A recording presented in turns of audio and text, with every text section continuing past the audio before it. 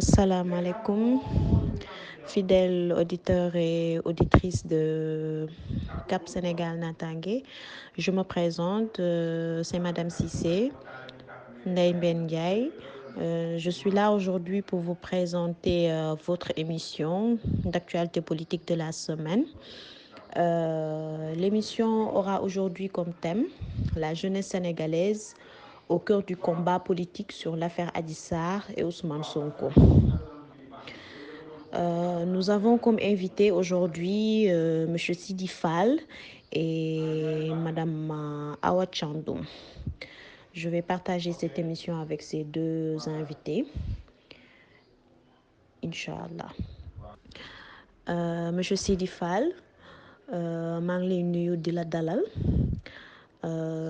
di jéggalu aussi ci retard bi maa ngi lay ñaan boo mënee présenté wu s'il vous plaît. asalaamaaleykum wa rahmatullah auditeur ak auditrice su Sunuker FM Sidi Fall moo leen di nuyu di leen ziar di leen jox seen wàccuwaay di am contentement trop si invitation biñ ma invité di am mbégte di bokk ak sama co-débatteur yi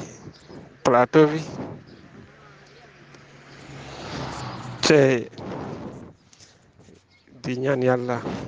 dugg ci waxtaan wi ci bismillahi rahmani rahim génn ci alhamdulillahi rabbil alamin ñu ngi leen di nuyu bu baax di leen ziar jërëjëf. Monsieur Sidi Fall ñu ngi lay jaajëfal bu baax di la dalal bu baax a baax incha allah. Maintenant, les salutations vont se tourner vers Madame Awa Chandoum. Madame ñu ngi lay nuyu di la ziar yow tamit ñu ngi lay jéggalu ci retard bi di la jox sa wàccuwaay di la dalal bu baax a baax ñu ngi lay ñaan nga nuyoo. asalaamaaleykum wa rahmatullah maa ngi nuyu ñëpp di ziar ñëpp di nuyu waa auditrice ak auditeur Sunuker FM di nuyu waa Sunuker FM jàppee ci PDG bi personnel bi nga xam ne ñëpp ñoo associé staff di liggéey ak moom maa ngi leen di nuyu bu baax a baax di nuyu waa Cap Sénégal Natangué jiital ci président Abdoulaye Fall may nuyu sama càmmiñu bopp si Fall maa ngi lay nuyu di la ziar maa yow bokk plateau bi di remercier madame Cissé ci opportunité bi mu ma may pour ma exprimer wu invité ma ci plateau madame Cissé je vous salue et je vous remercie infiniment. Madame Awa Chandoum ñu ngi lay jaajëfal bu baax di la dalal encore une fois ñuy wax nag fidèle auditeur ak fidèle auditrice yi Sunuker FM en partenariat avec la convergence alternative pour la prospérité Sénégal Natangué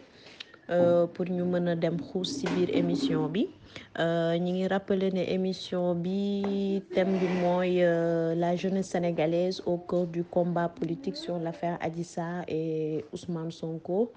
ñu daal di jàll ci première question bi pour monsieur Sidi Fall. Monsieur Sidi Fall ñi ngi fàttaliku ne temps yi passé Sénégal xawoon na yëngatu tuuti li ko yëngaloon mooy ay manifestation yoo xam ne jeunesse bi lañ ci gënoon a ràññee jeunesse boo xam ne dafa entamé woon benn combat politique léegi nag ñi ngi lay laaj lan nga xalaat ci engagement boobu jeunes yi amoon sur affaire bi nga xam ne mën nañ ne c'est un peu politique aussi c'est un peu mi ngi laal ci côté société mi ngi laal ci côté politique léegi yow lan nga xalaat ci engagement jeunes yooyu ñu am ci affaire Adji Sarr bi ak Ousmane Sonko ñu ngi lay déglu. jërëjëf soxna si question bi am na solo waaye nga baal ma rek ma nuyu sama jigéen sama lépp di soxna Awa Thiandoum soxna Awa Thiandoum maa ngi lay nuyu bu baax di am contentement di bokk ak yow plateau bi ndax macha allah yow référence nga yow macha allah soxna si permettez-moi aussi de m'incliner wax dëgg yàlla di ñaanal rek suñu doom yi ñàkk seen bakkan si li nga ma laaj ndax ñaan rek moo leen dese di leen ñaanal yàlla buur bi xaare leen ajanaay firdawsi mu nekkoon bés bu tiis mu nekkoon bés bu doy waar waaye li ci gën a métti it mu nekkoon bés boo xam ne Sénégal amu ci ndam à travers le monde entier kon di wax rek bés boobu yàlla bu mu fi amati yàlla bu mu fi amati waaye soxna si di rendre hommage aussi jeunesse sénégalaise bi ma tuddee la jeunesse malheureuse et je vais m'expliquer incha allah di wax ne rek dal bi ñu nekkee nii bay def émission bii yàlla na continuer ndax nag comme on dit les moments de calme et de solitude permettent d'observer sa vie ouvertement et honnêtement. Il nous donne à l'esprit l'opportunité de se renouveler et de créer de l'ordre wax dëgg yàlla ma yaakaar nag ñu ko sekk dinañ sukkandiku foofu ndax xam ne jaru ko su doon benn bakkan la sax jaru ko waxuma la nag bakkan yi dem yépp waaye soxna si ma gis ne jeunesse bu sonn moo jóg bis boobu jeunesse bu xamatul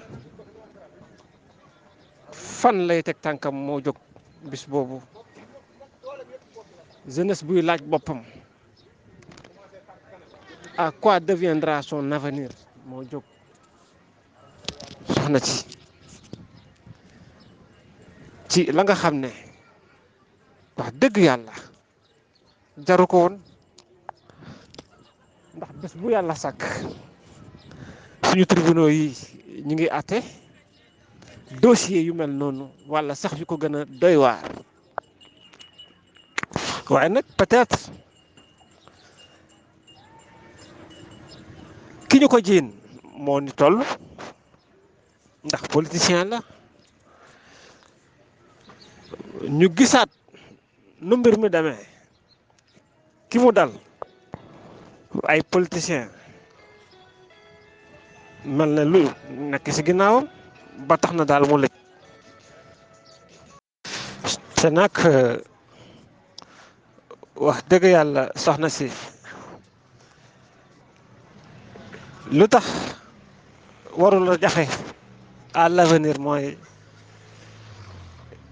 ay sénégalais rek ñoo ko sekk mu xewee Sénégal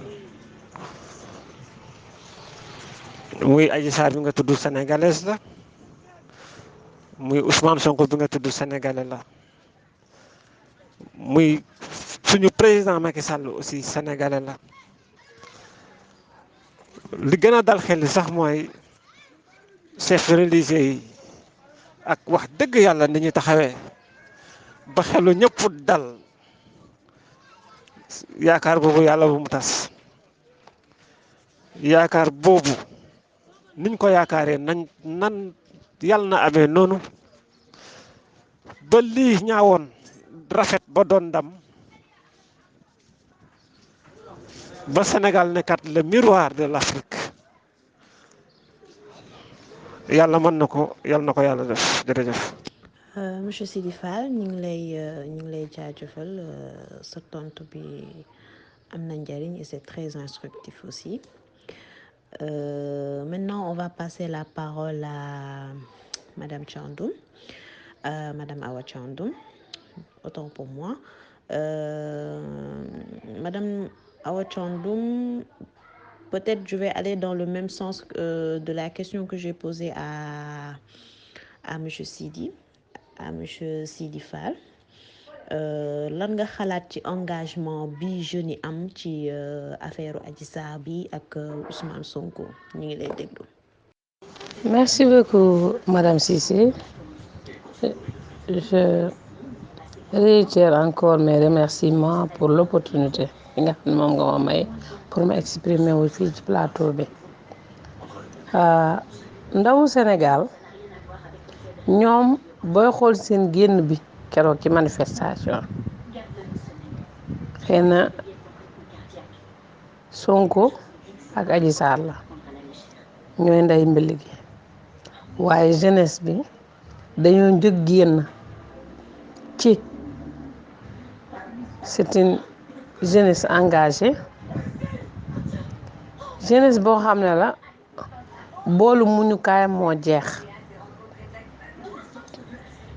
boolu muñukaayu jeunesse bi moo jeex dañ leen a teg lu ne ñu noppi non mais li nga xam ne moom moo xew dañoo jël jeunesse sénégalais sës ko au mur dos au mur la am lu ne ñu koy dund da ngay gis jeunes yoo xam ne ay diplômé lañu toog am patience toog ci banc yi école yi jàng génn seeni parents fayal leen ci école yu cher ñu jàng génn ak seeni diplôme amuñu liggéey bu foofu la yemoon ci loolu rek mu neex maanaam may ñu kenn opportunité pour mu créer entreprise fii boo xam ne dina jël jeunes yi déedéet ndax soo ñëwee dañ la xoqatal ak ay taxes ay impôt ba nga daw jeunesse bi di dund loolu lépp ñoom ñu jël seen bopp teg ko ci kaw sénégalais yi di dund ci kaw sénégalais yi jeunesse su sénégalais tey c'est une jeunesse sacrifiée loolu moo waral xale yi génn keroog une manière ñu exprimer wu won nit ñi ne ñoom dañoo sonn dañoo tàyyi seen xol dafa jeex seen avenir incertain xamuñu lan la seen ëllëgi suba dañoo mel dañ leen a tayle loolu la jeunesse su Sénégal doon exprimer keroog moo tax kenn mënu leen woon téye kenn mënu leen woon a jàpp ba li ci am daal di ci am muy lu ñu déplorer trop ndax mënoon nañ leen bàyyi ñu def seen marche pacifique encadré leen ba deret du ci tuur ndax violence boo gis déclenché ça n'obéit qu'à sa folie maanaam violence mën nga ko déclenché mais jeexital ba doo ko maîtriser doo xam fan la lay jëmee ñuy profiter de l'occasion jaale ñi nga xam ne ñoom ñoo ci ñàkk seen bakkan ñuy jaale seen waajur di masawu coono ñi nga xam ne aussi ay blessé lañ y a beaucoup de blessés y a trop même de blessés di masawu ñi nga xam ne aussi dañ leen a jàpp caabi féetewu leen ginnaaw ci manifestation boobu ñuy ñaan yàlla lii yàlla na dëddu Sénégal te nii ci jeunes yi taxawee signal fort la un signal très fort d'avertissement pour un peuple pour un état bi jeunesse bi avertir na ko mais le peuple est averti aussi suñu waxee peuple bi nag ñëpp la autorité locale yeeg autorité religieuse yëpp ñu ngi ci biir donc c'est un signal très fort empreinte boo xam ne jeunes yi teg nañ ko keroog pour wane ne ñoom vraiment ils sont déterminés def lu nekk ngir jot seen liberté ngir jot seen àq ak seen yelleef man loolu laa jàngat ci manifestation yi keroog c'est regrettable nag mais nit soo ko poussé dos au mur dina fekk face à la situation biñ ko teg li muy dund mu fajee ko à sa manière noonu la jeunes yi def ba génn keroog loolu moo am mooy nekk li nga xam ne moom moo xew keroog ci Sénégal ñu koy ñaawlu lool nag. Madame Awa Thiandoum ñu ngi lay remercier bu baax di la jaajëfal tontu bi am na njariñ te kàddu yi rafet na tamit monsieur Sidi Fall déglu naa sa réponse 5 li ma la ciy poser comme question mooy en ce moment boo doon joxe une solution politiquement parlant ban garab nga foog ne engagement bi jeunes yi am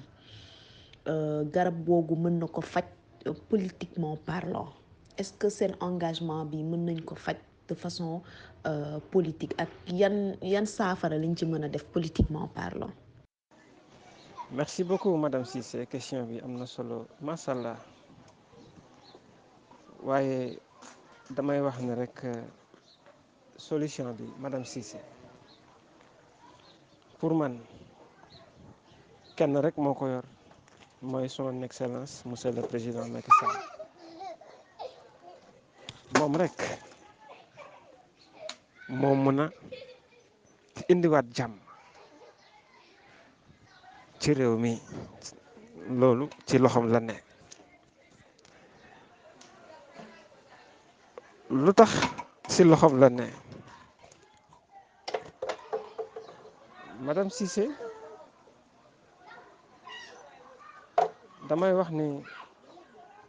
gis nga dëgg puissance la boo xam ne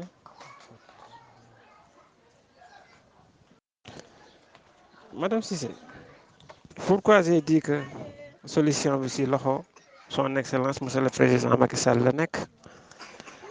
parce que nous tous nous savons que politique bi président teg wax dëgg yàlla teguwul fu mu waroon a tegu wala defewu ko nam ko waroon a defe comme ñun ñëpp nuñ ko xamee parce que tey mënuñu nekk ci benn réew bu tudd Sénégal mu am ñoo xam ne dañu war a def dara du leen ci fekk mu am ñoo xam ne dañu war a def ñu teg leen daan waaye mieux lii sax ñuy wax def nag deful egguñu foofu accusation la waaw accusation rek Sénégal bëgg a tàkk te dëgg la kenn fekkewul yàlla rek moo xam waaye nag aussi mbir mi ba mu commencé ba tey Sénégalais yëpp xanaa ko bëgg la gis xanaa ko bëgg la xam mais ñëpp xam nañu mbir mi tëddee pourquoi ay gendarme ay enquêteurs di démissionné pourquoi ay juge di démissionné parce que nit ki aussi nit rek nga sa conscience rek nga am parce que am na ñoo xam ne aussi lu ñu mën a am fi àdduna ñuy dem ak seen conscience tranquille moo leen koy gënal parce que nag fii àdduna yaa fi nekk yàggul moo fi nekkoon moo fiy sax léegi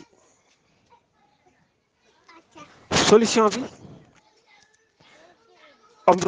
chef religieux yi suñu sëriñ yi ma jiital sëriñu Touba sëñ Sidi macha allah yal na ko yàlla yàggal fii lool mu yàgg te wér ak yeneen sëriñu tarixa yëpp dox ci lu am solo loolu rek la woon na mbir mi waaye président Macky Sall li may wax ne moo yor solution yi nee na dina ci def lu mu mën waaye moom moo recevoir la société civile te li mu leen wax mooy pour amnistie Karim Wade ak Khalifa Sall c'est possible mun nañ ci waxtaan mun nañ ci trouver ay solution waaye nag ku fi justice woo moom beneen côté bi da ngaa war a dem parce que moom justice woo na ko mu dem président Abdoulaye Wade justice woo na ko mu dem ak am na ku mu cité waat justice woo na ko mu dem mais tey lu tax sénégalais yi jóg Ousmane Sonko ban justice la war a wuyu ji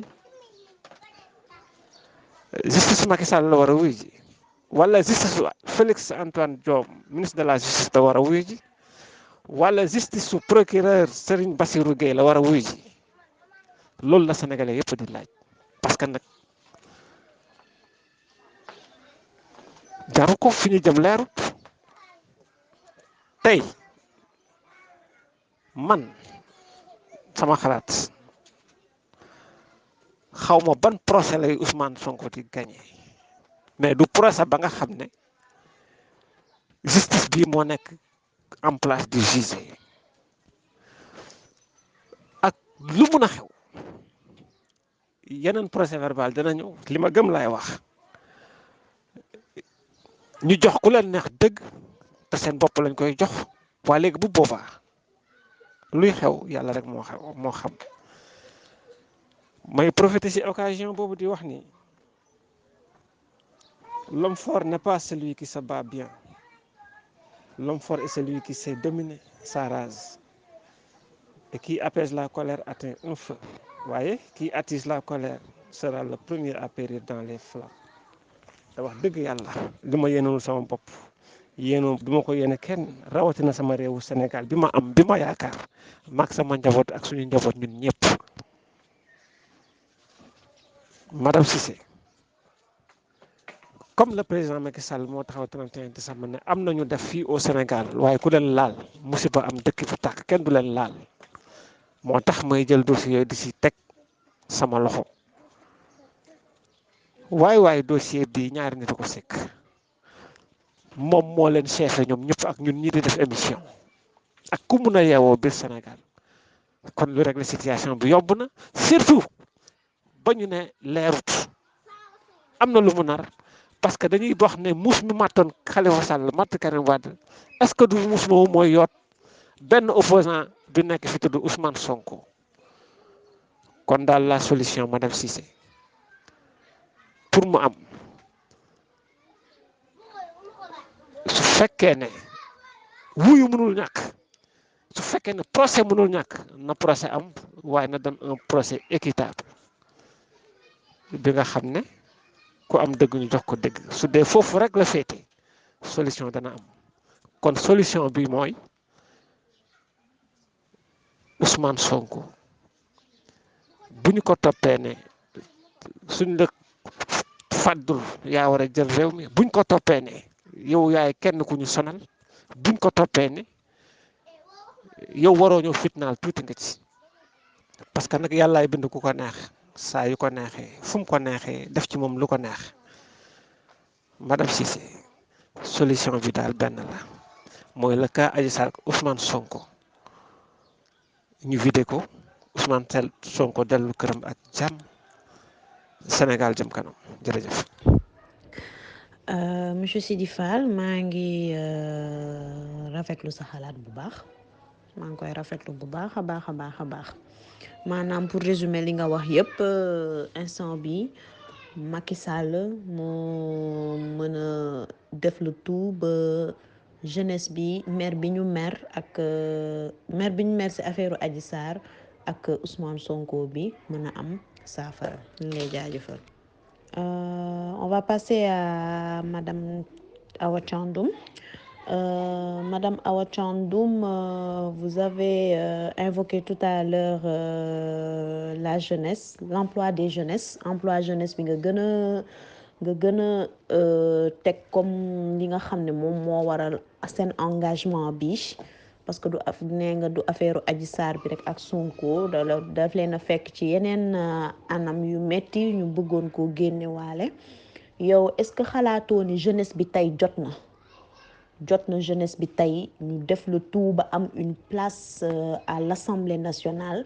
que des jeunes de 25 ans 26 voire même 30 ans puissent être des députés et défendre leur tranche d'âge défendre la jeunesse pour que ñu mën a am benn place dans la société. Merci beaucoup madame Cissé sa question bi pertinente na lool c'est vrai jeunes yi war nañ leen a jox seen part ci assemblée nationale ñuy siège loolu je suis entièrement d'accord mais loolu dafa am lu ko jiitu muy un état qui est au service de la jeunesse un état qui est au service du peuple loolu moom mooy li jiitu état bi concerté wu ak jeunes yi à la base ñu génnee ay projet ak ay programme sujet du programme c'est un ensemble de projets ay programme yoo xam ne dafay dëggal politique d'emploi aux jeunes maanaam nit ki boo xoolee li nga xam ne moom moo am ci Sénégal nga jël loolu am ci Sénégal nga def ko ay corps de métier tàggat ci ndaw yi bu paree ndaw yi am liggéey ci loolu mais kenn waru parachuter ay programme de formation wala nañ renforcer capacité nañ leen spécifier fii déedéet dañu xool ce sont les ressources du Sénégal muy ressources hydrauliques yi ressources minières yi ressources agricoles yi ressources terre mer ciel loolu lañu war a basé wu pour def ay corps de métier daal di ci former jeunes yi buñ ci former jeunes yi ba pare nag daal di élaborer des politiques de réinsertion de ces jeunes là de très bonnes politiques fekk nañ dem nañu à la base ba identifier ku ci nekk lan nga aspirer pour def ko su fekkente ne loolu mu aspirer def loolu amul avenir ci biir Sénégal ñu convaincre ko ba réorienter waat ko c'est comme ça que ça se passe ñun ñi nga xam ne ñun ay tàggatkat lañu ñun loolu lañu xam donc Macky Sall il n'a qu'à s'entourer des gens yoo xam ne vraiment ñoom dëkk bi moo leen ñor ñi moom dëkk bi mooy le peuple moo leen ñor dafa am frange d'âge boo xam la jeunesse da koo ñor mais fi mu toll nii politique bi am léegi les politiques ñoom booy xool ñoom lu leen neex la ñuy def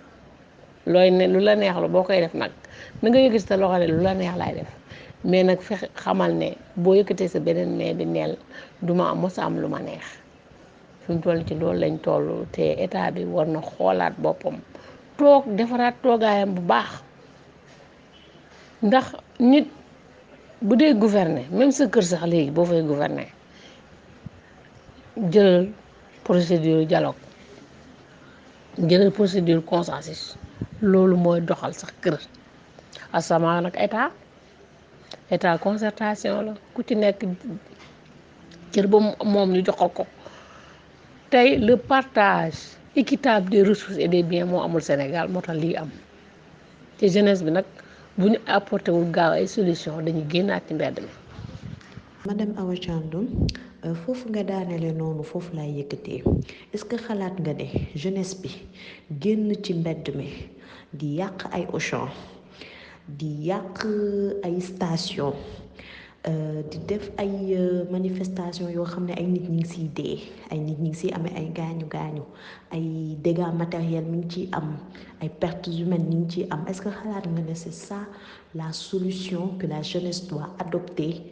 pour régler cette situation-là est-ce que xalaatoo ne war nañ am beneen yoon bu ñu war a mën a jaar comme par exemple lii ma la proposé léegi avoir une place à l'Assemblée nationale pour pouvoir xeex seeni droit ba am li ñu bëgg. waaw madame Cissé maa ngi lay jaajëfal bu baax a baax jeunesse bi non c'est pas la meilleure solution génn ci mbedd mi toj ay alalu jàmbur déedéet loolu on n'encourage pas cela dama ne loolu ñoom kii lañ ko def pàccal lañ ko def maanaam solution buñ génn trouver la ñu yaakaar mais du loolu bu fekkoon encadré nañ ne rek yàq du am maanaam manifestation autorisée bu pacifique ndax dafa am ay bavures yu fi am moo tax yàq boobu am mais buñ leen encadré woon rek loolu yëpp du fi am donc c'est pas une solution nous ne proposons pas cela déedéet proposé wuñu saafara boobu de une jeunesse boo xam dañ leen di outiller ñu exprimer wu lépp lu ñu bëgg a wax ñu wax ko mais avec les bonnes manières ñun loolu la ñu encouragé mais encouragé wuñ kenn pour mu dem ci ay Auchan wala dem ci ay commerce di piller ak affaire pillage boobu moom wax dëgg yàlla encouragé wuñ ko dañ leen di exhorté kay ñu góorgóorlu état bi jàppale leen ñu ànd tàggat ndaw yi ba pare nag koo xam ne rek amati nañu bu ñu leen defaralee ay kuréel jox leen de bonne politique d'emploi duñu talati naan dañuy génn ci mbedd parce que dañuy naan ñoom li ñu bëggoon am nañ ko bu ñu amee ay représentants au niveau du peuple la même chose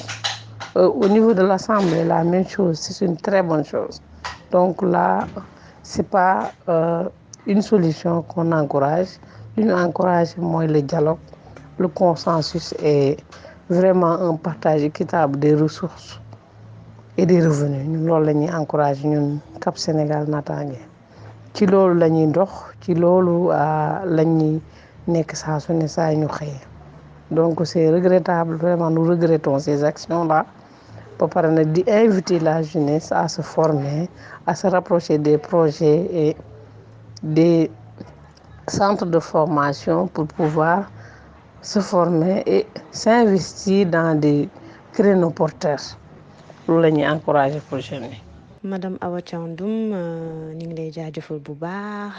encore une fois kàddu yi moom rafet na te kàddu kilifa la macha allah maintenant on va repasser à monsieur Sidi Fall la parole monsieur Sidi Fall yow nee nga Macky Sall moo mën a régler situation bi le président Macky Sall est-ce que xalaatoo ne Macky Sall problème boo xam ne le pouvoir judiciaire moom moo ko war a régler parce que la ñu ne en politique il y a en droit du moins il y a le système de la séparation des pouvoirs dafa am pouvoir exécutif am pouvoir législatif am pouvoir judiciaire est-ce que Macky Sall il a la possibilité de gérer le pouvoir bi nga xam ne justice moom moo ko moom est-ce que am na ci droit dugg. Merci beaucoup, Madame Cissé. Pas plus qu'hier, quelqu'un me disait que en France, on a convoqué un ministre, il est allé répondre au tribunal. Vous voyez, c'est pour la même chose, hein, pour un cas de viol. Et j'ai répondu, quelle grandeur pour la France, et bravo. Mais Madame, en France, il n'existe pas un juge qui dit, je démissionne. En France, il n'existe pas un magistrat qui dit je démissionne d'une magistrature qui a démissionné. Et ici au Sénégal, il y en a. En France, il n'existe pas des juges qui réclament la séparation des pouvoirs. Ici, il y en a. Et j'ai dit, pour en finir, en France, il n'existe pas une justice d'Emmanuel Macron. C'est lolo. L'union vérifiée là, madame. Si c'est. Gis nga fi pouvoir yëpp la Macky Sall jël téye ci loxom li ci des yëpp ay texte la rek waaye mësuñu ko appliquer madame su fekkoon président Macky Sall amul pouvoir boobu dina mën a jël ay dossier def ko sous son coude dans un pays normal madame dans un pays normal quelqu'un qu'on accuse d'une somme de 6 000 milliards en retour nga am non-lieu dans un pays normal en étant le frère du président de la République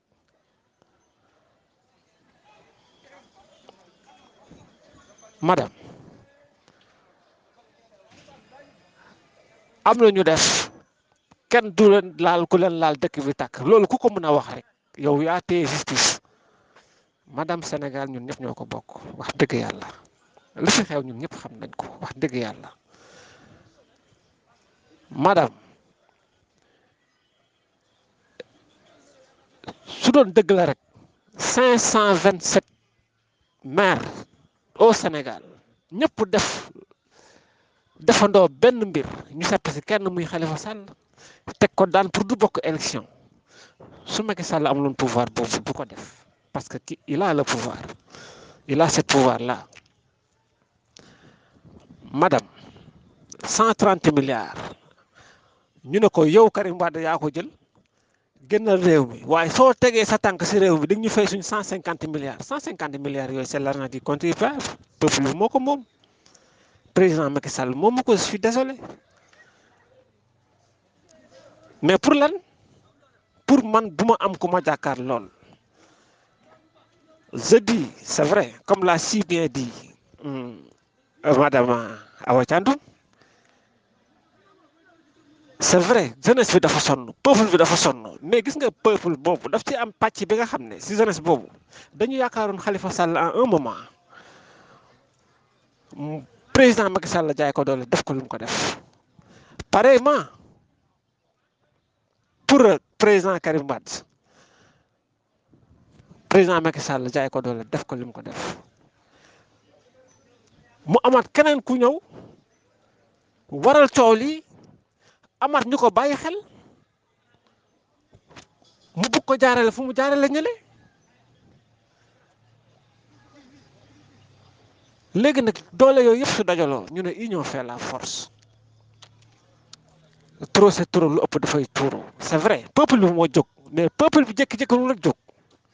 dafa am lu leen xam bu te yàlla bu mu amatee encore une fois parce que kenn du ko cautionné ñun Sénégal la ñu am réew mi rek la ñu yaakaar lu mën a xew même suñu génnoon dañuy ñëwaat fii la ñu am kon si waaw madame Cissé je dis bien waaw madame Cissé à l'instant bi ñuy def émission bi su nekkoon Macky Sall dossier boobu kenn dootu ci wax su nekkoon président Macky Sall léegi Ziz Sall ne waa ji Ousmane Sonko non lieu parce que moom moo détenir la justice moom moo yor assemblée nationale moom daal moo yor lépp te loolu lu ñu dund la ñun ñëpp tous les seen parce que nit ñi ñu ngi déglu aussi te yal nañu yàlla musal rek ñiy wax la nga xam ne suñu bakkal lañ ko teg yàlla bu ñu dal ndax li may wax rek fii rek mu neex ñëpp di wax waaye am na foo xam ne yaa fay wéet ak sa borom lu jar a sóoraale la kon moo tax sànq ma ne moom président Macky Sall mu ne ki ma génne woon réew mi ak ki ma waxoon ne ki ma condamné woon ba léegi amatul droit dem élection ñooñu mun naa négocier ak ñoom mun nañu waxtaan trouver un terrain d'entente waaye kii foog mu wuyu ji justice ma ne loolu leerut te loolu du def grandeur président Macky Sall loolu du jox ndam Sénégal madame oui je dis bien j'insiste je signe et je persiste que justice bi ak lépp lu mu mën a doon si loxo président Macky Sall la nekk moo tax ma ne solution bi si loxo président Macky Sall rek la nekk te effectivement si moom la nekk léegi nag nee na moom dégg na jeunesse bi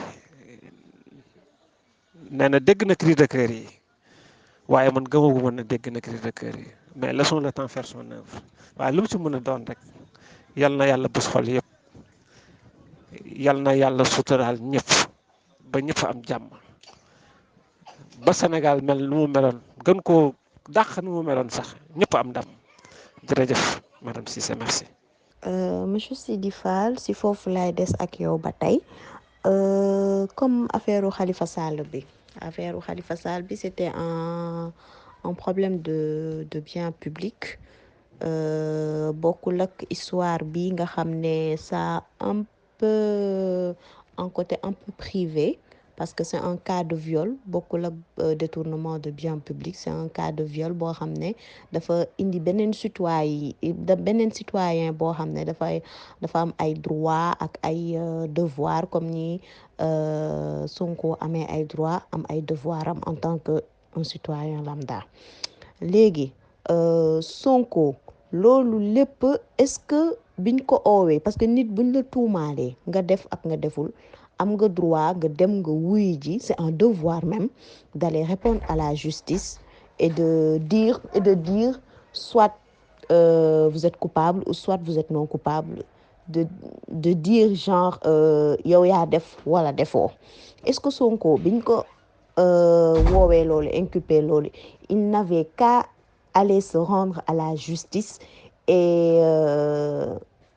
nuñ koy mën a waxeeti sax wax ne moom genre mu dem wuyu ji comme une personne normale, mu dem sans créer de boucan, mu dem jaar yoon biñ ko war a wax. Est-ce que yow xalaatoo ne woon loolu moo nekkoon solution bi pour que lii yëpp bañ a am, genre mënoon na dem mu setal deram, ñu xam ne deful waxul, comme dafa am beneen citoyen bu nekk ci diggante bi, mu dindi bépp tuuma buñ ko tegal sans pour autant mu am benn problème. Est-ce que xalaatoo ne loolu rek su ko defoon lii yëpp du si am. Merci madame Cissé ci question bi encore une fois. dinaa la wax li ma xalaat ci loolu. C'est vrai, c'est une affaire privée. Adji Sarr la di jigéen te jigéen bu ne suturaal la rek moo la war sa diggante góor gu mun a doon, jox la cër rek moo la war, parce que jigéen nañu jur ñu am doom yu jigéen te ku fi baax jigéen na la jur, ça on n'en disconvient même pas.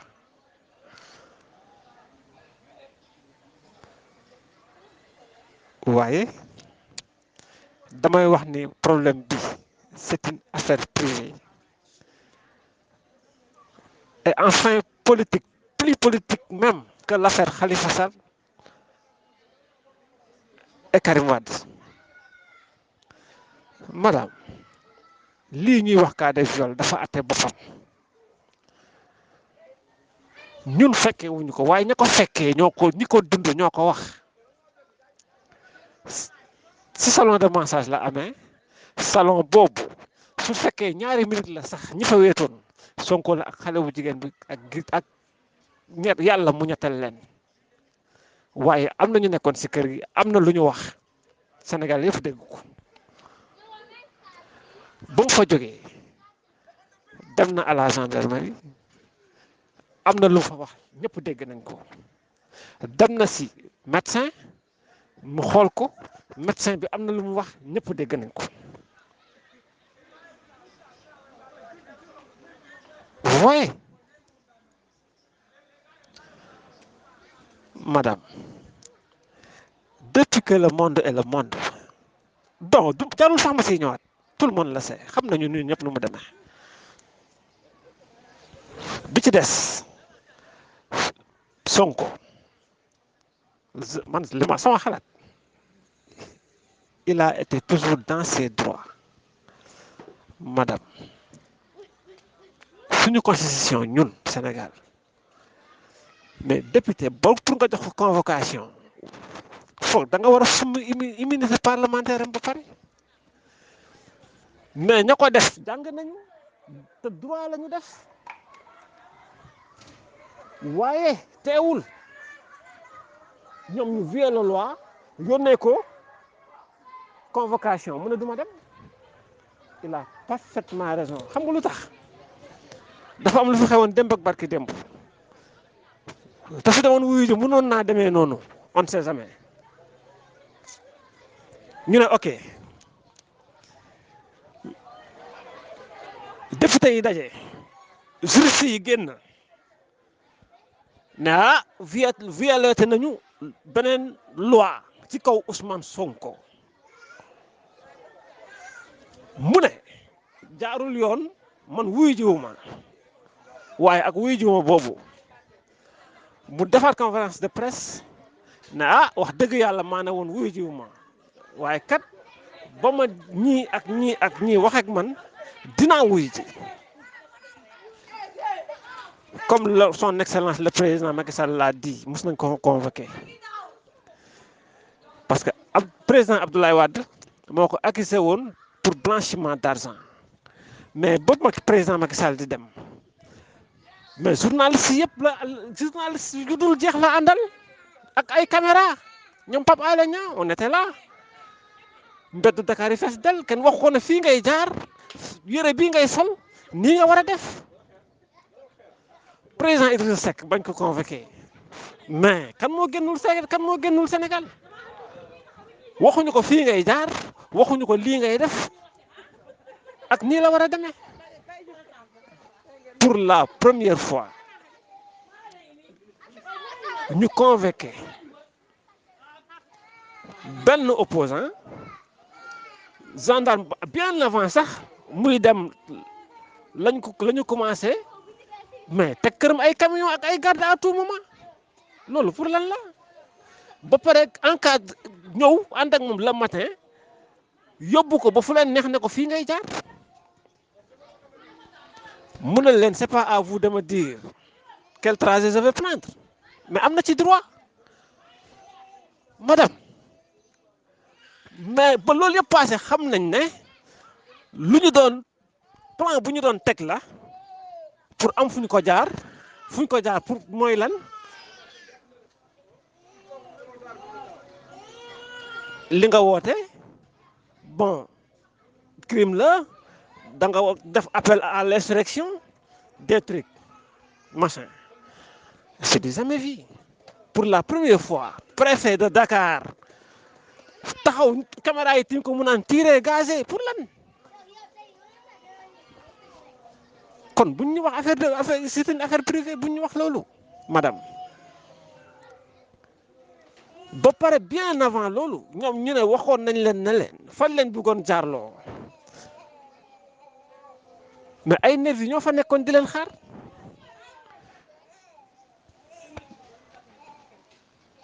te après dafa leer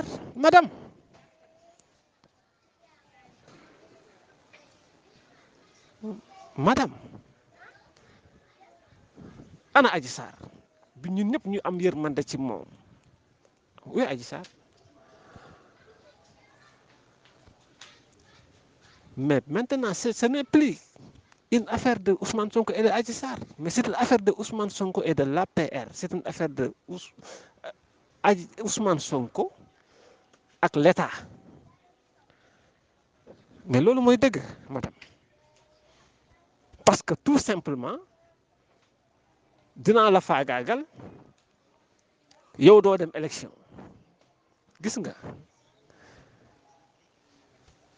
ku xamul ndax da nga fekkee suba muy président Macky Sall muy président Ousmane Sonko muy man mii di wax soo amee yaakaar ne rek mun ngaa def mbaa nga dogal li yàlla dogalut fàtte nga fa nga jógee fàtte nga yaay kan waaye nag comme on dit Madame Cissé, la réalité dépasse parfois la friction, dëgg la mais c'est au moment où l'on a perdu tout espoir que l'inattendu se produit inattendu boobu yal na doon jàmme réew mi inattendu boobu yal na doon kàddu kilifa diine yi inattendu boobu yal na doon solution ba nga xam ne xol ya dana giif xol yëpp nag ñu sekk lii ak ñu nekk ci ginnaaw lii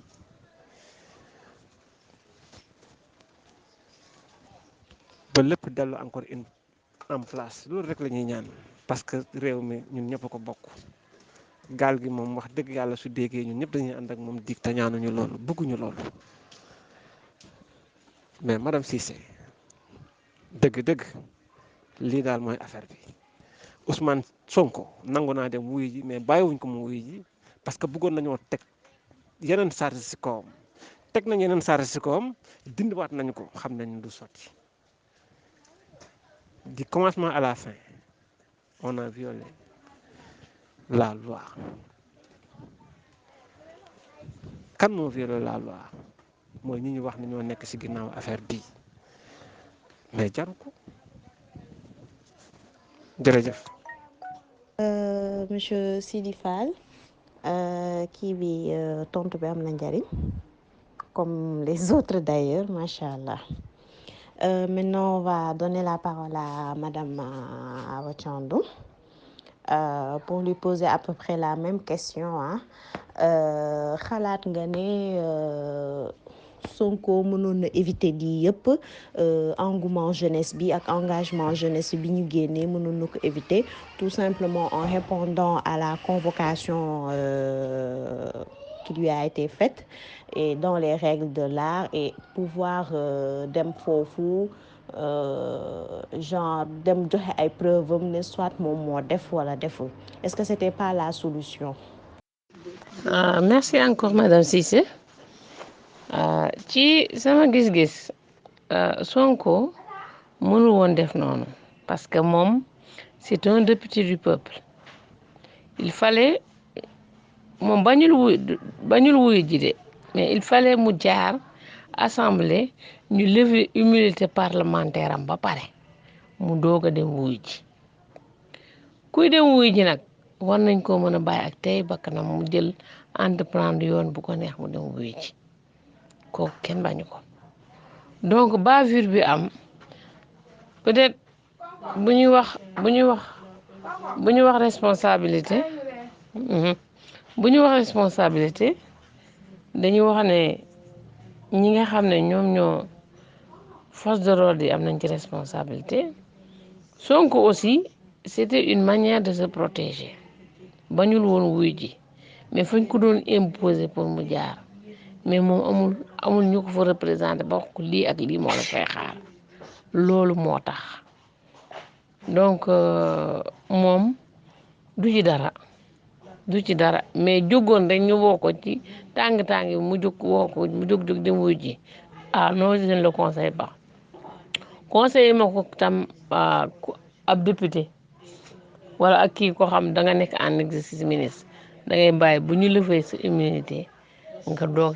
mooy mbalaanu kiiraay buñ ko yëkkatee ba pare yow nga doog a dem xanaa wuy ji loolu mooy dëgg mais ñu woola rek nga dem wuy ji non kon day yomb te boo moytuwul ña lay woo parfois bu fekkee dañoo instrumentaliser la justice du baax si yow loolu moo taxoon il faut dire que il faut ñu xam ne Sonko c'est pas un Sénégalais lambda déedéet c'est un député du peuple qui a aspiré à être président mu jël 3e position ci benn élection boo xam moom dafa ñëw rek dem voter ji première élection donc du n'importe qui ku mënti doon tam il faut nga xaar tey parce que il a un pool d'avocats ñooñu tam duñ la conseiller moom ngay jëfe parce que mënoo am jël ay avocat ba pare bëgg leen a néewal doole ci def leneen loo xam ne avocat yi conseil wuñ la donc moom mënul woon def loolu te on ne le conseille même pas de le faire parce que bu ko defoon day yomb trop pour ñi nga xam ne ñoom ñoo ko bëgg a faagaagal daal di koy mën a jekko bu baax a baax moo tax moom xam na bu baax li muy def te il est très bien conseillé. jërëjëf madame Awa Thiandoum ñu leen di jaajëfal bu baax maintenant l'émission tire à sa fin le temps qui nous était imparti daanaka jeex na ñu ngi leen di remercier vraiment pour disponibilité bi ñu ngi leen di remercier pour idée yu clair yi ngeen du ñu jox argument yi lépp teg ngeen ko ci yoon réponse yi aussi teg ngeen ko ci yoon ñu ngi leen di jaajëfal bu baax Cap Sénégal Natangué ñu ngi leen di remercier bu baax a baax di leen ñaanal taxawaay bi gën a yàgg incha allah di leen jox dig daje pour une prochaine fois dans une autre émission avec un autre thème et avec d'autres invités incha allah merci beaucoup pour écoute bi aussi à tous les fidèles auditeurs et auditrices de Cap Sénégal Natangué jërë ngeen jëf